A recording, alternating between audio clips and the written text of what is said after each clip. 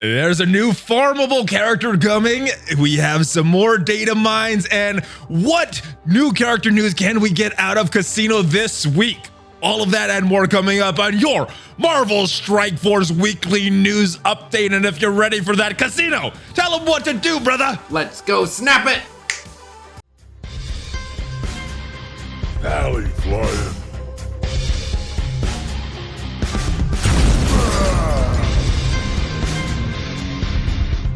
What is up, Valley Maniacs? ValleyFlyin here. I am back. Welcome to the channel. It is your Marvel Strike Force weekly news update with myself and my brother Khasino. What is up, dude? How are you doing? I'm doing very good. What's going on? Ooh, a lot of stuff going on, man. We got some new farmable character coming to Marvel Strike Force. We have some information on the Valiant Orbs, which characters are have been chosen for that. We're talking reworks, new characters, and maybe we could get some new character info out of you, some juicy rumors. But how has your week been, brother? It's been pretty good, but I think we got to talk about yours. I've got some exciting news, but I'll go second. Whoa, it was a very nerve-wracking weekend for me. My first jiu-jitsu tournament, and did pretty well. So I was excited that I entered, and fortunately got the win. So yeah, if you guys haven't checked out that video, let me know. But after that, I messaged you, and you shared some cool things with me as well, brother. I did, and I'll get on that in a sec, but yeah, you did not disappoint, right? The weekly news update hosts are only ever allowed to get gold. I guess so. Congratulations on that.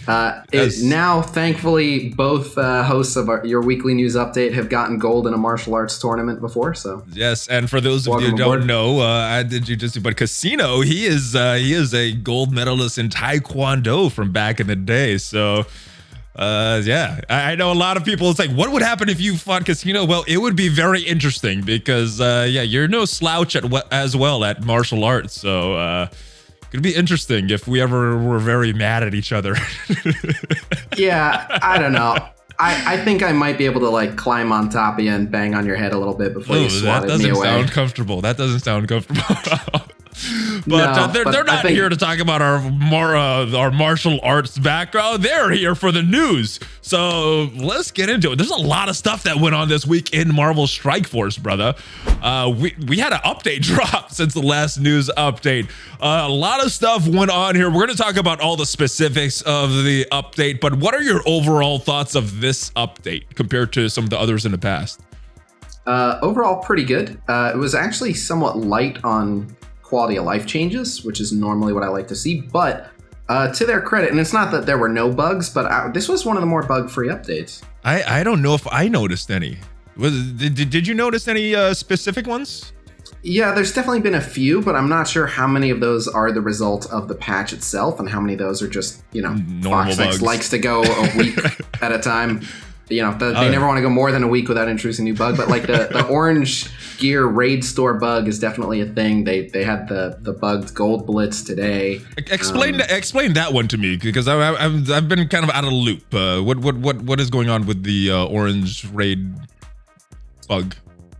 So as I understand it, every time the shop rolls over, people are getting the previous assortment of orange gear that was in their raid store just automatically granted to them. Huh. That sounds good, right? That sounds good, yeah, right? It does. I mean, ultimately it means they're going to have to give us a bunch of orange gear, but yeah, I don't fully understand.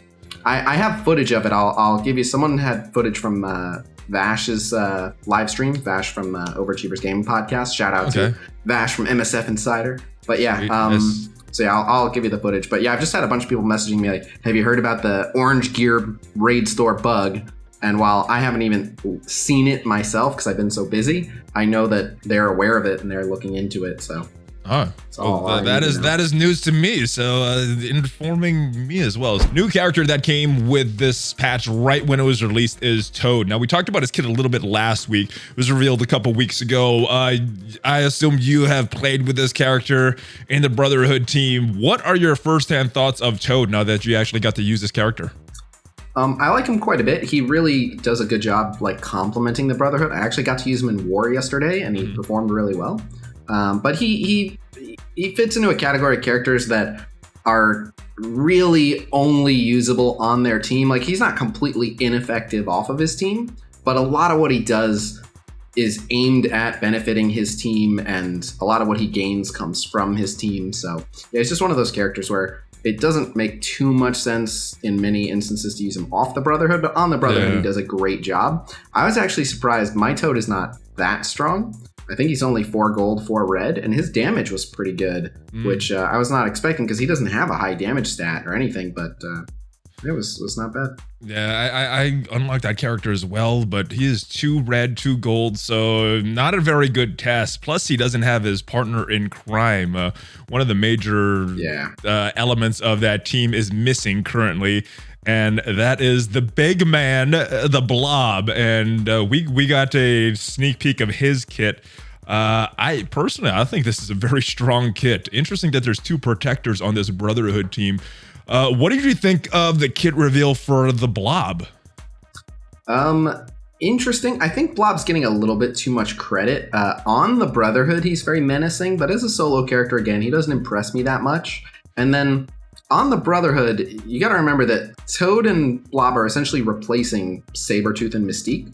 So Sabretooth had decent survivability and pretty good damage, and Mystique had also like semi-decent survivability and that big burst of damage with her ultimate. Yeah. So yeah, they neither Toad nor Blob and even like that whole team with Toad and Blob now, they're not doing like a crazy amount of extra damage compared to what the Brotherhood was doing, but I think their damage went up a bit, and we'll talk about the reworks in a sec, but their survivability went up quite a bit, but really they kind of got repurposed. Like, they're still good at all the things they were good at, arguably a little bit better overall, especially with the added survivability. Like, they just do better once their initial combo is down now. But the main thing that they made this team do now is just counter Coulson in War. Like, that's what they're gonna do. They're just gonna be the biggest middle finger to Coulson teams. The thing, but yeah, it's so obvious that this was made a team that is made to counter Coulson in War, especially with some of the reworks to Juggernaut and Magneto, which we're gonna get into in just a little bit. But yeah, I personally like what I'm seeing from the Blob's kit. It's kind of I think both of these characters are needed. They work well with each other, Toad and Blob. But I don't think either of them have a lot of value outside of this full Brotherhood team. No, not too much. Double protectors. What are your thoughts on that? I think this is the first like pre-built team that has the double protectors though. Juggernaut and Blob really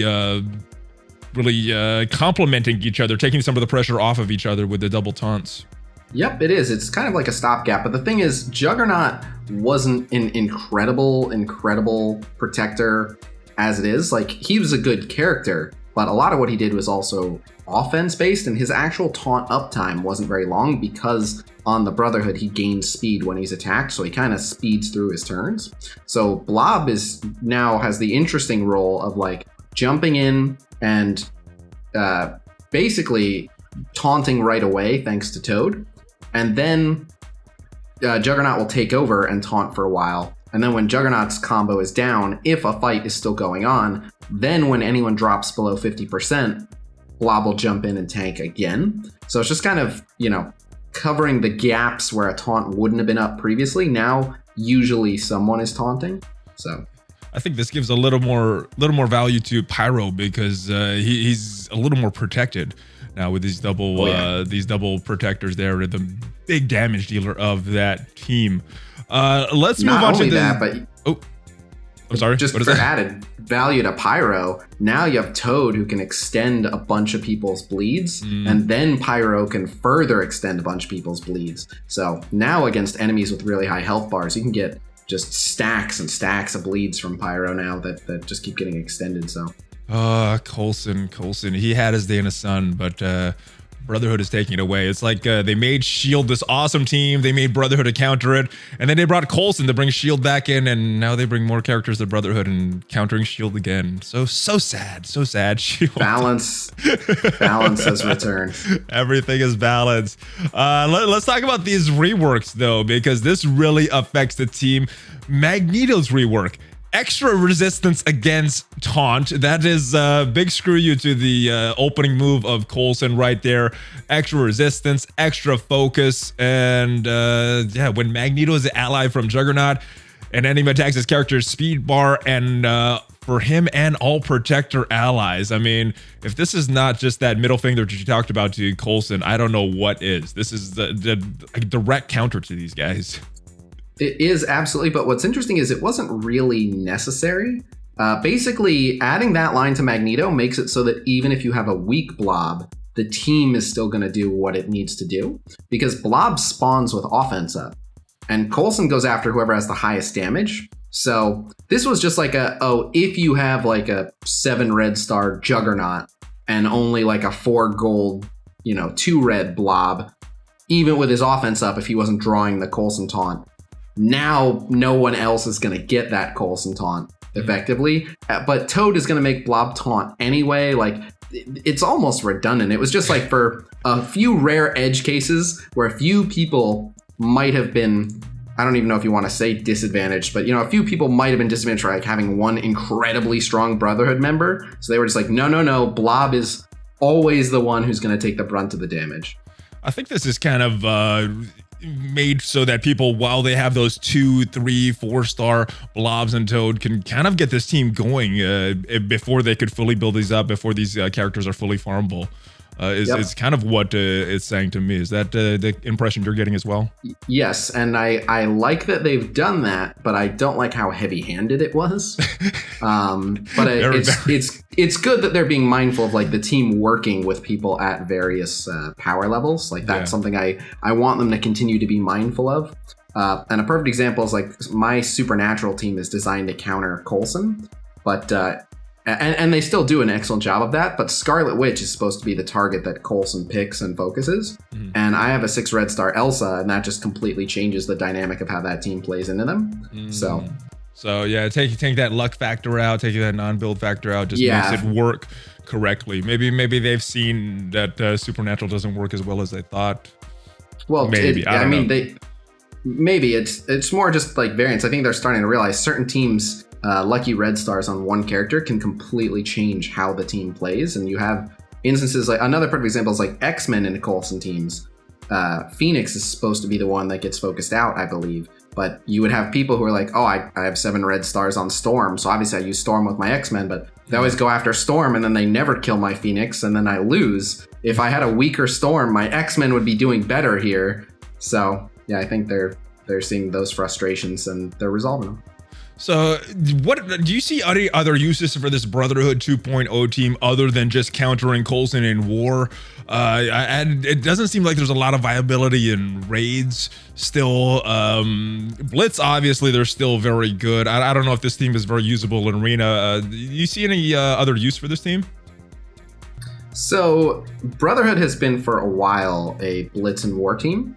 So while I think they just became more reliable in both those modes, they were already fine in Blitz, but now they're more reliable in Blitz, and now they can take out one of the top war defenses. So that raised their stock, but yeah, they have no sustain, like Raid, Dark Dimension, those modes are not really something that you want to consider them for. Another area where they're not really going to change much is Arena, because you always used Brotherhood hybrids in Arena. Yeah. Depending on where you are at in the game, but like there's a noticeable step. Like a lot of people were finding that Brotherhood hybrids were doing better than some of the BKT variants that they could make if they didn't have Minerva or Thanos when they're graduating from the Defenders.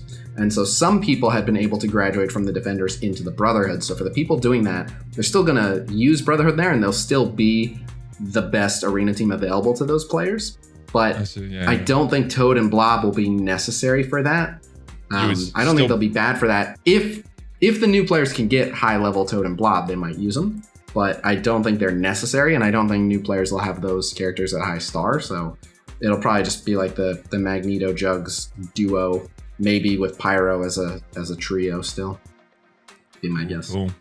Well, another new character, totally, well, maybe not totally, but changing another team for war offense, and the footage we got was very impressive. The new character, Ironheart, and to me, her kit reminded me of a better version of Vision for this power armor team.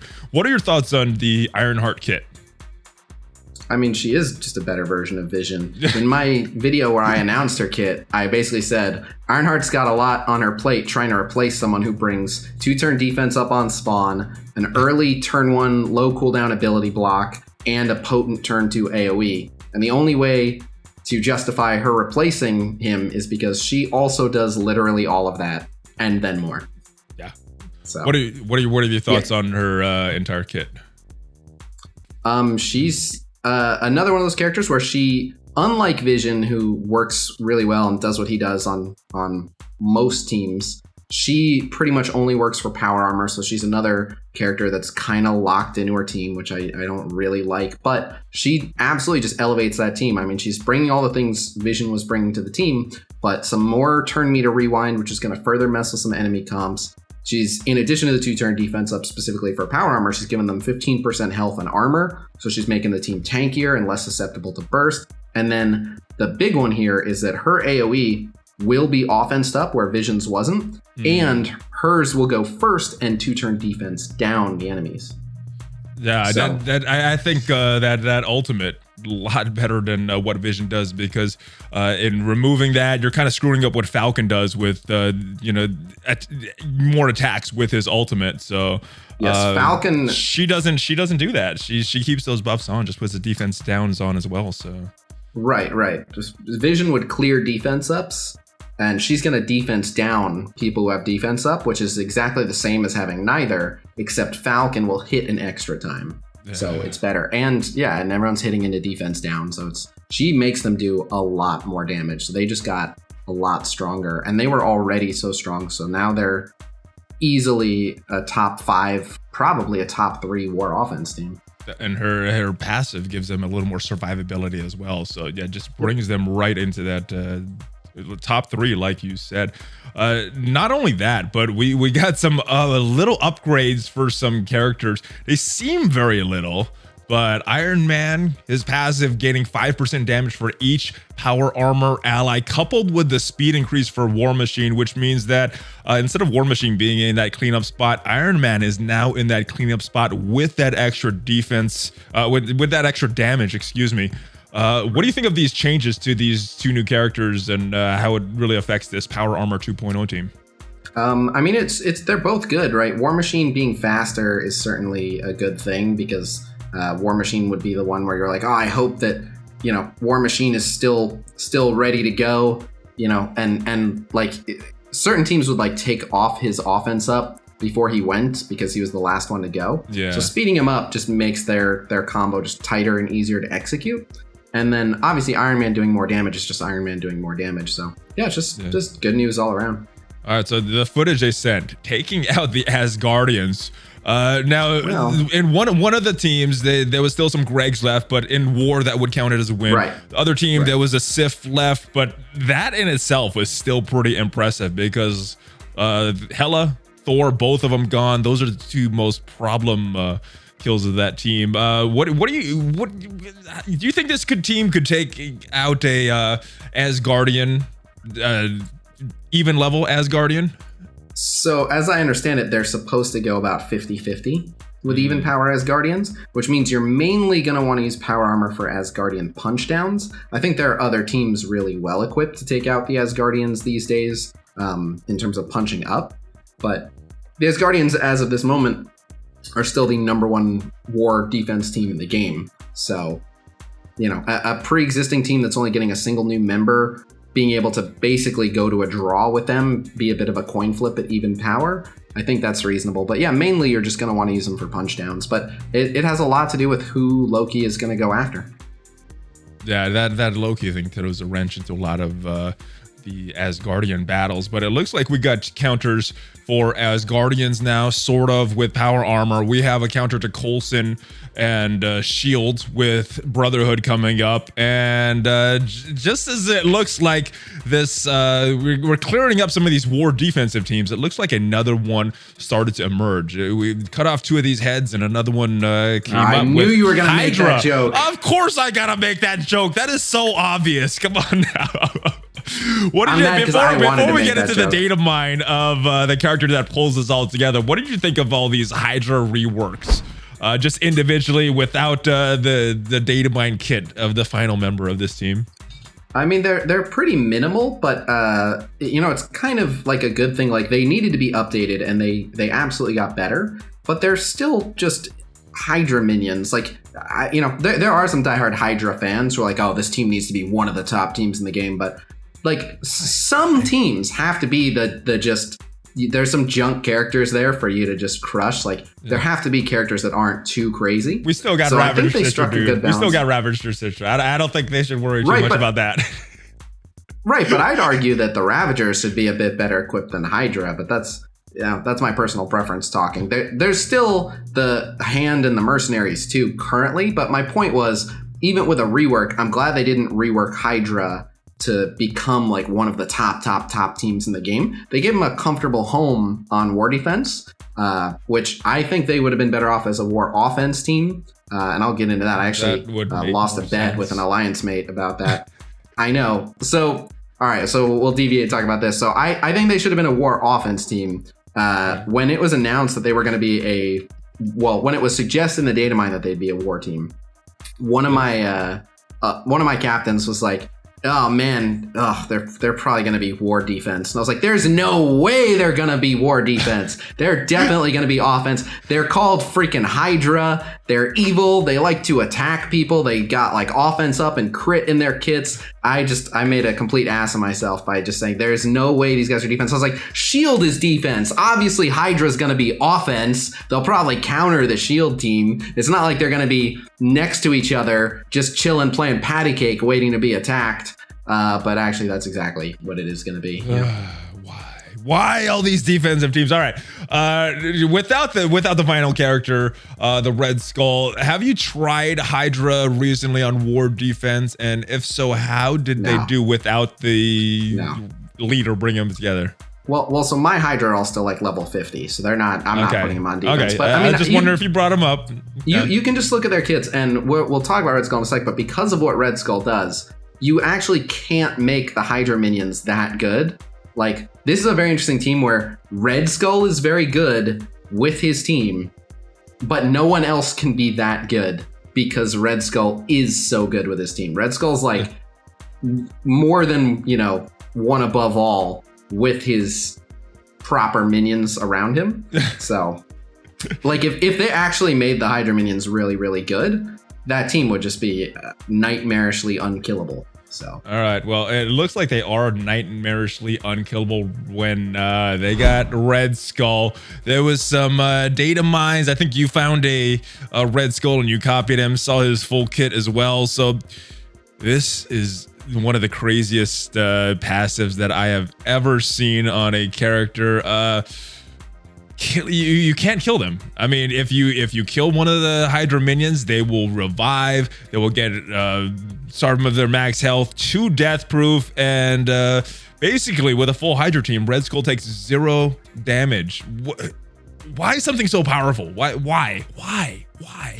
I don't actually think it's that powerful. I think it's just a team that makes it interesting to attack into. So I mean, I can give a few answers to this, but the first thing is to explain to people who don't know how the team works. Red Skull on war defense, specifically only on war defense, if he's not been attacked before, will load in with 8 charges. And if he's got 4 Hydra minions around him, actual Hydra minion characters, not his summons, then for each one, he's 25% damage reduction. So if he has 4 Hydra minion allies, he's at 100% damage reduction, which means he will not take any damage. So you have to kill the Hydra minions to get to Red Skull. When you kill a Hydra minion, he will lose 1 of his 8 charges per Hydra minion death, revive them with 50% max HP, and give them 2 death proof. So you have to kill all 4 Hydra minions. I guess you could keep killing the same one, but you have to ultimately kill 8 Hydra minions, and then once you've done that, each Hydra minion beyond that you kill will actually render Red Skull vulnerable because he'll be out of charges to revive people. But he's going to summon and make even more. Battle. Well, his turn too, he just offense ups the entire team and then calls 5 assists and does his own big nuke. So on turn 2, he's just going to take someone out most of the time.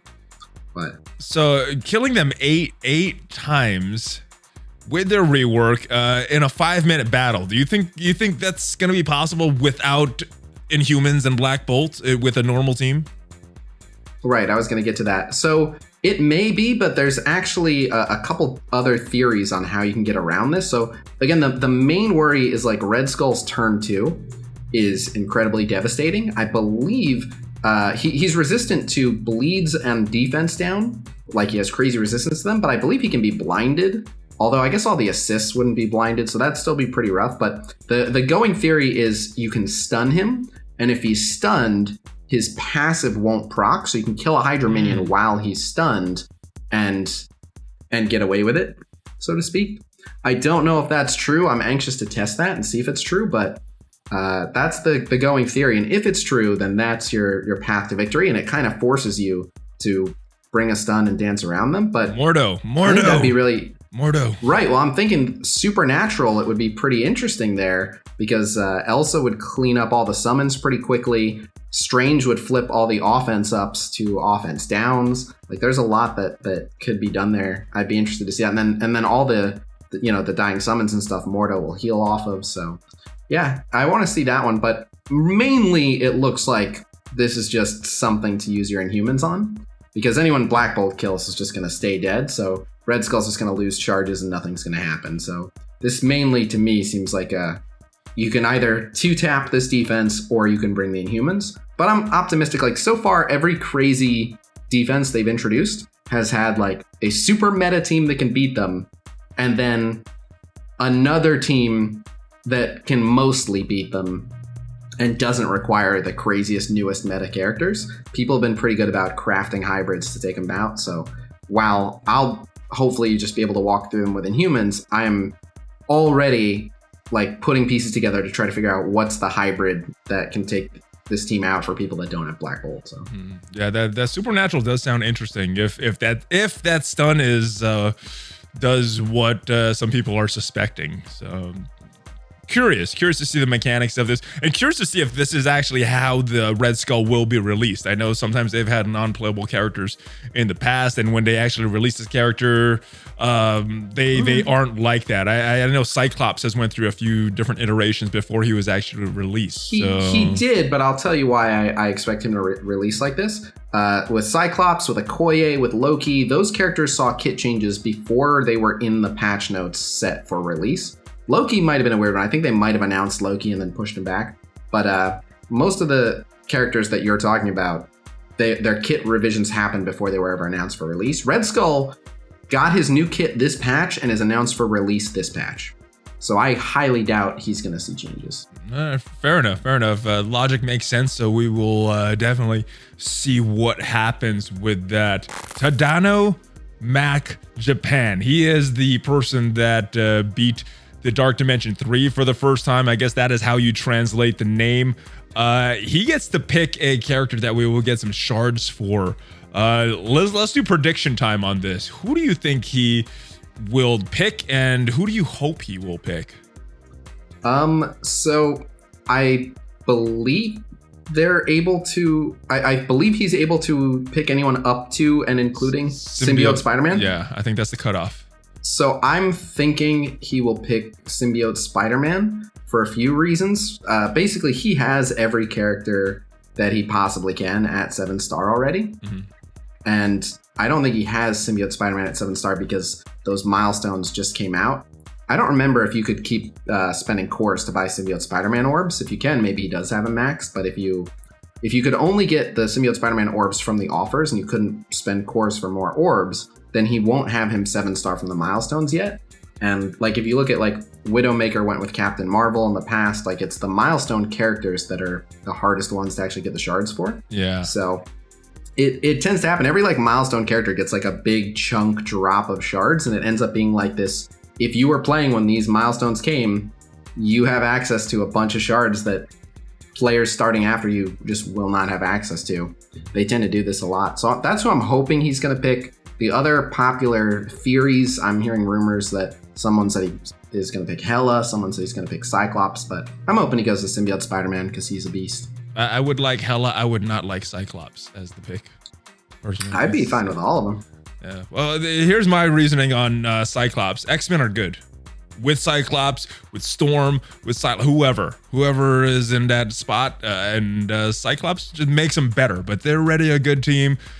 Hela will help a lot of people unlock Black Bolt because as of now she is unfarmable, but we will get to that because there was a very cryptic message on Reddit late last week that we're going to talk about, but I am with you. It looks like there was a change to some Red Star, the drop rates on there, a stealth change. I don't think it was announced, and it looks like the rate that you get red 1-star characters went down, which is good. The rate that you get 2-star characters went down. The rate that you get 3-star characters went up from 20 to 24. The rate you get 4-star characters went up from 7.5 to 9. The rest of them, the 5, 6, and 7s look the same. What are your thoughts on this? They've done a lot of stealth buffs, but this like stealth nerfs in the past. Actually, this is a stealth buff in the player's favor. Why aren't they making a bigger deal out of this? Why is this something that we're just finding out about recently? I'm not sure. I noticed it pretty much when they did it. I had some people point it out to me, and I actually released the newest episode of my series Don't Buy Red Stars as Maybe Buy Red Stars ? Is that why the name got changed? Yes. Well, I put the two reasons. I'm not happy about being cut out of strike time, but also they did, because a lot of people are mad about Red Stars, and they're like, oh, they've given us our words. We'll wait till we see actions. Foxnex likes to lie to us, but let's see them put their money where their mouth is and actually change something. And so this to me was like, well, they've changed something. Like, is that it? Are we done? Red Stars are great now? No, absolutely not. Are they suddenly a wonderful value for your money? Absolutely not. But it was a step in the right direction. It was a player-friendly change, and they made the drop rates better. Is this, you think this is a sign, the show of good faith that the I think so. MSF movement was looking for? I mean, I don't know what they were looking for. They tend to complain about most everything that gets done, in my experience. But I think this was just a nice thing to do for the players. They're fixing the power curve. They're making the credits more available, and now they're making the drop rates a bit more reasonable. And you can see it in the episode of Maybe Buy Red Stars that I filmed. Both of us get a lot more blue and purple drops. It's very apparent. It made opening the orbs a little bit more fun. But here's the hidden change that that's good for most players that need more 3s and 4s. They're just going to see more roster progress. That's just a win. Yeah. But for players like me and Shanksy and a lot of the high-end whales, we are getting Elite 4s much faster because a 3 dupe and a 4 dupe are worth so many more Elite 4 credits. So the rate at which I'm getting Elite 4s has jumped up considerably. Got it. So, well, official note, I am in contact with some people in the fixed MSF movement. It is still on, and one thing that they did want me to mention was that some of the older bottlenecks that were there, they would like to see that reduced. So shout out to those guys there. The block party. We got the block party a few hours before we started recording this, and quick question for you on a personal note. Who are you going to take? Who is your next T4 that you're going to do with these orange ability mats that we just got? I've actually been saving up for a little bit. I've got like 600 and something saved, almost 700. What are you saving for? Well, I say this every now and again. People assume if I'm saving something, I know what I'm saving for. Sometimes I'm saving because I have whaled enough that I'm in a position where I don't need anything. First world problems. Oh no, this is first whale perks. This is blubber flexing right here. But so pardon my humble brag, my not humble at all brag. But so I've been able to hoard the T4s. Like there are several abilities that I look at and I'm like, oh, I kind of want to do that. But basically, like, we're getting individual characters and I haven't even looked at like, is Ironheart going to need any T4s or anything? But like, Toad doesn't need any T4s. I have to look at Blob, but I would be surprised if Blob needed more than like one. So I'm kind of just hanging on to them, like, you know, because we're getting like these individual characters, I can't help but feel like a team is coming. And when a team starts coming out, it's good to have the T4s to get that team up and running. Gotcha. So again, I don't know that a particular team is coming. There's a rumor, which we'll talk about in a bit, about a team coming, but I have no idea if that's true. I don't know how good that team would be or what they'd be good at. But in short, if you're able to save T4s, it's never a bad idea because then you can do a bulk invest. And the other thing is I'm just kind of looking at who I'm actually going to be taking into Dark Dimension 3. Might go with a couple T4s, like one that I'm just kind of keeping in the back of my mind is I haven't done the Phoenix special. And the Phoenix special isn't super, super necessary, but specifically for content like Dark Dimension 3, it is really, really good. So, yeah, just kind of hanging on. I think that's a good one for Dark Phoenix, that Phoenix special. Right, yeah. So, yeah, earlier today I did a video with Mobile Gamer T4s. I upgraded one, and the other one I was waiting for, and I forgot the Black Party was, so I actually used that on the special for Yo-Yo. So, I'm pretty happy with that one. That's interesting. Why the special? Extra hit. Instead of two hits, she gets 3 hits with that, and it brings her damage up slightly. But you know, the third additional target, I like that. Yep. So. No, it's a good value in terms of extra damage dealt. It's a good value. Yeah. I don't actually find that one super urgent, mainly because Yo-Yo's still just not hitting that hard, and the rest of her team does a wombo. But it's never. I'm using a Yo-Yo Black Bolt combo a lot in the Ultimate 7, and I use Yo-Yo in Arena all the time. So for me, that one had a lot of value just because I use her a lot. She's on my Arena and my Raid team as well. And any character that's on your Arena and Raid that you put T4s. I was just echoing that I agree that they're power picks, but I was saying like I don't think you wasted those T4s at all. I'm because with them. All right, so let's talk about this cryptic message about these farmable Asgardians. So the original post was Loki around you, Fox. Next, it's Sif about time you told us when Hela Asgardians will be farmable. Thor else Heimdall upset. The response from Cerebral 6 days ago. In Loki at Thor blog from February 1st, at minimum, we are releasing a new character on the first Wednesday of every month. Sif, not more. In March, I can Hela you now. It will be an Asgardian character. We won't re-Greg on this. So, when I read this, I thought Sif farmable, Hela farmable. Where is Heimdall? It looks like these characters are coming in March to be farmable, which I think is very good news. What are your thoughts on this before we get to the message that was released earlier today? I mean, they had to do this. This is exactly what I expected from them. Like I said, I would be raising hell if they didn't make the Asgardians farmable by Black Bolt number 2, and Black Bolt number 2 is April.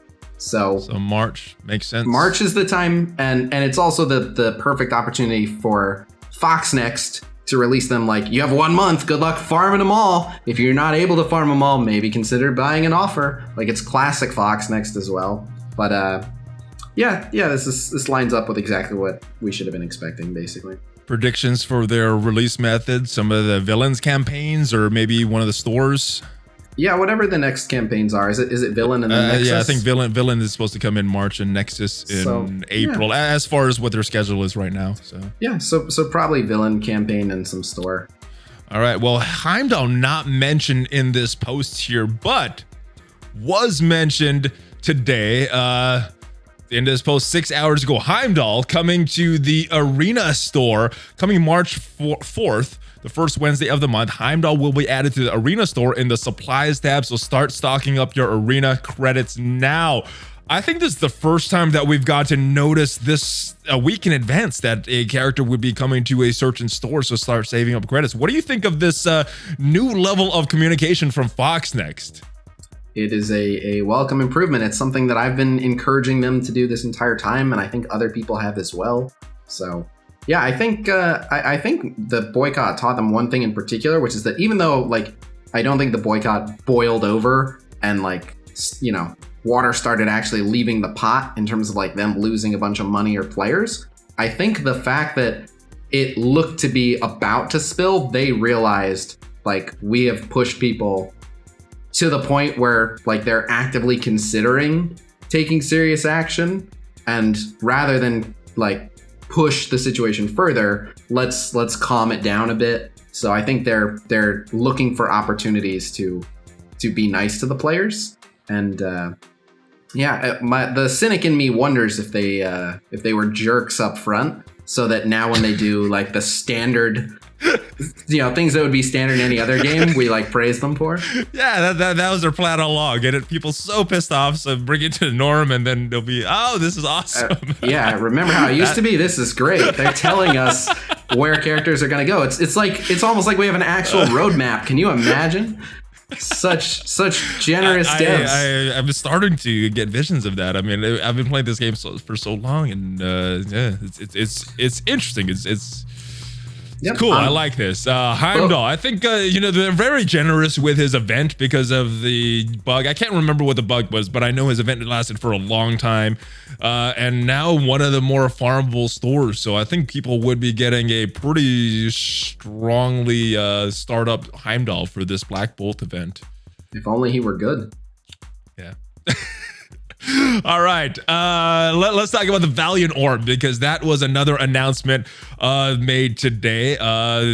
So this is the orb that you get when you finish Dark Dimension 3, if I'm not mistaken. It's when you finish the whole thing? Is that when you get the Valiant Orb? I can't remember when you actually finished your timed run, your second run, you get a random... Yeah, okay. When you finish the second run, you get a random 7 red star character from I think 21, 24. Yes, and we got notice of the characters. Now, the good thing about this, if you get a duplicate of a 7-star character you already own, instead of granted another, you will be I'm not worried about that. Granted another, no?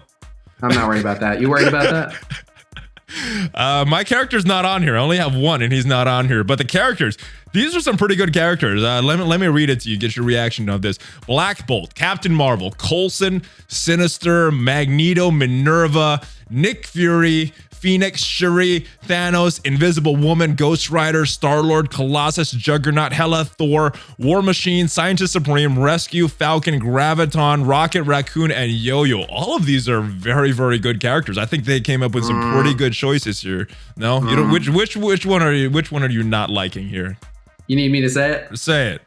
What the hell is Rescue doing on there?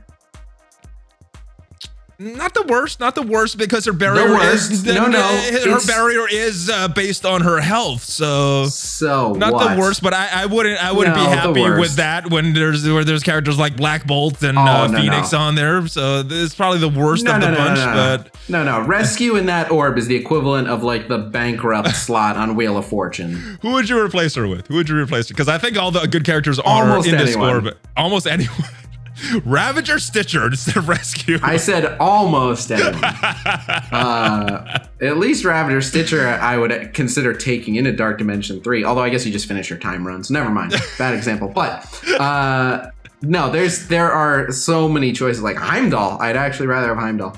But there's a lot of better choices than Rescue. I don't know how she made the cut. Yeah, it's a shame. She's the only one. It's so weird. It's just the bankrupt slot on there. Like I think they did that on purpose. I think they just included like one dud for just someone who's gonna get like preposterously unlucky. Gotcha. But it will make that power armor team better with that barrier, though. It's not the best. I think it is the worst of this bunch by far, but it's. Look, anyone going to 7 red star is going to be okay, but compared to where all the other characters on that list are at, it's not a Black Bolt or Captain Marvel level. I'm going on Phoenix record level. Now. If my first 7 red star is Rescue, I'm out. Like, it's been fun. I'll see you guys in a different game. All right. Bugs, my goodness. You talked briefly about this in the beginning, that some bugs that just naturally occur. It looks like the Gold Blitz returned for a few minutes earlier today. About 10 minutes, but a lot of people got some rewards. Now, they reacted pretty quick with a message. This wasn't like, what is going on? What is going on? So again, probably a good result of the boycott, because pretty much it was taken down and then we got a response. So it appeared for about 10 minutes. It was not scheduled, but it was scheduled for March 3rd next week. So I think that's the interesting thing here. So Gold Blitz coming up. I think that is good news, and there's going to be some probably compensation to see when they investigate how many people actually got some gold from this. What do you think of this reaction to this bug that happened? My only issue with it is that I'm fine that there's no question the boycott had an impact on their communication for the better. Like, that's a sure thing. But I will say, in terms of like bugs and stuff, they've been, for the last few months, they've been really quick to immediately hop on and be like, hey, wait, before everyone freaks out, here's what's going on. We're looking into it. We're all over it. Here's the plan. Sit tight, stay tuned. But they've been really timely about responding when something breaks. And yeah, as far as I see it, this is all good news. I missed it completely, but as soon as I hear about something like this, I'm like, oh, they actually gave people gold they weren't supposed to? Cool. Guess I can expect some extra gold. I like it. I think the big news for me, at least, is that there's a gold blitz coming on March 3rd, guys. So good news. Good news for that.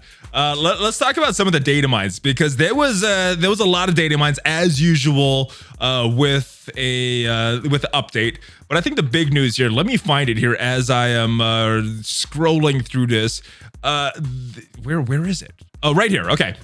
Blitz team size. There was a bug. There was a thing here that says auto arena. And for those of you that don't know, way back in beta, what we know is Blitz now was arena, and there was no arena. So I think in the code, it must still be called arena.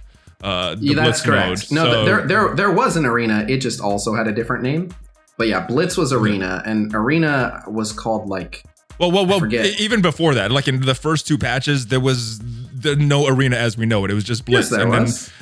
No, there wasn't. No. Yeah, there was. Arena was Blitz. Arena was Blitz in like the first patch, and then. Yeah. Blitz was called arena, but there was a. No, they added that later. They added that in like the third patch in beta. Was that a post-launch? No, it was not. It was in post-launch. They had arena in beta, but it was like the third patch in beta that they added the current. Right. Okay. I just meant like by launch. Okay. Yeah, before launch they had the current arena, but yeah, it was called something different. Like I don't know what it's called. Anyway, but the big news here, not that there was an arena and stuff. It was that there's this little line of code: arena auto sim off. Arena auto sim off. So I think a lot of players, including myself, think maybe this means auto blitz coming to Marvel Strike Force. What is your interpretation of this little blurb in the data mine here? Well, that's so without going into too much detail, if you remember, I've told you a few times I've heard rumor of auto blitz being looked into.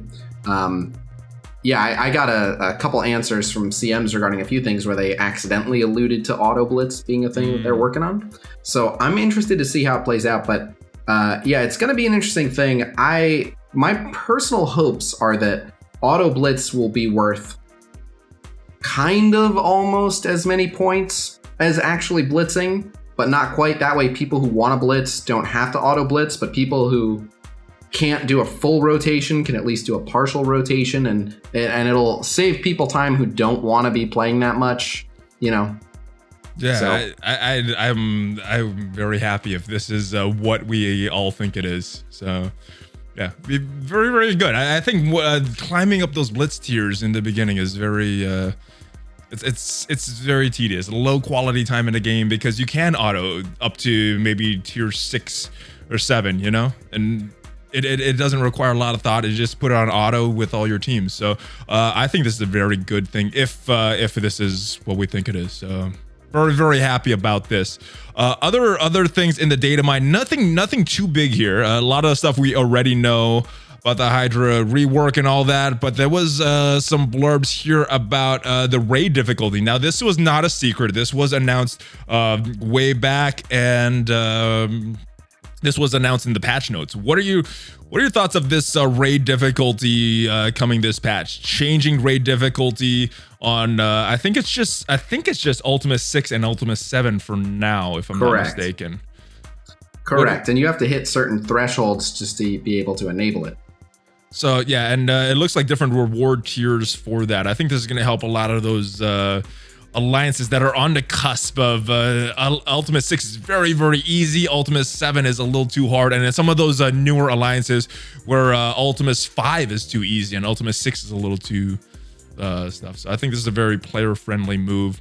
There's some info about the contacts list. Have you used this feature yet? Oh, I was streaming the day they put it in, and how many did you get? I got a lot of requests in the first 10 minutes. All of them. Like all of them. I got bombarded. I had to turn mine off because I had so many. I'm like, I don't know these people. I had people actively encouraging me. They're like, you should sell spots on your contact list. That way you can kick someone off and I can donate to get on. So I apologize. I had to turn it off, guys. There's just too many of you guys, and there's only a limited amount of stuff. Yeah, they only gave us 100 spots. That's it. All right. It is time. Rumor time, baby. I don't know what rumors you can tell us, what rumors you have for us this week. But what can you tell us about some upcoming characters, some of the rumors that you've heard? Well, now we're setting our sights on patch 4.0.0. It's almost midnight here. Sounds big. Yeah, it's almost midnight here where we're recording. So I don't want to spend too much time on this. I want to get to bed. I will simply say... to ponder for this week, the characters rumored to be coming with 4.0 are mostly all from the same team. So another team added to the game, possibly. Guys, let me know in the comments who you think that team possibly could be. I have my thoughts, and let me know what your guys' thoughts are. Well, Khasino, thank you once again. As always, it is a pleasure, my friend. Any final notes before you go? Or any final thoughts before you go? No, got a lot of very, very exciting stuff in the works for this game. Some exciting stuff going on for another game. But yeah, just stay tuned. I have a lot of stuff I'm very excited about that I will announce over the coming weeks. Otherwise, though, congratulations to you on winning your first jiu-jitsu tournament. Oh, thank you. It was rough. It was a rough mental stress leading up to it. But yeah, it was very fun. Tell everybody where they could find you, my friend, if they don't already know. Twitch.tv/Khasino, YouTube.com/Khasino, Discord.gg/Khasino. Come say what's up. Cool. And the links are down below, guys.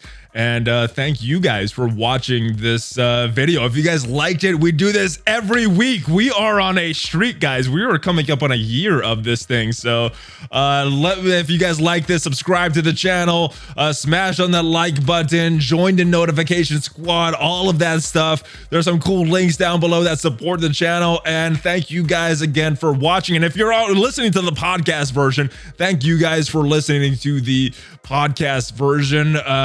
Check me out on social media. Hulk fist bump, bye bye. ValleyFlyin out.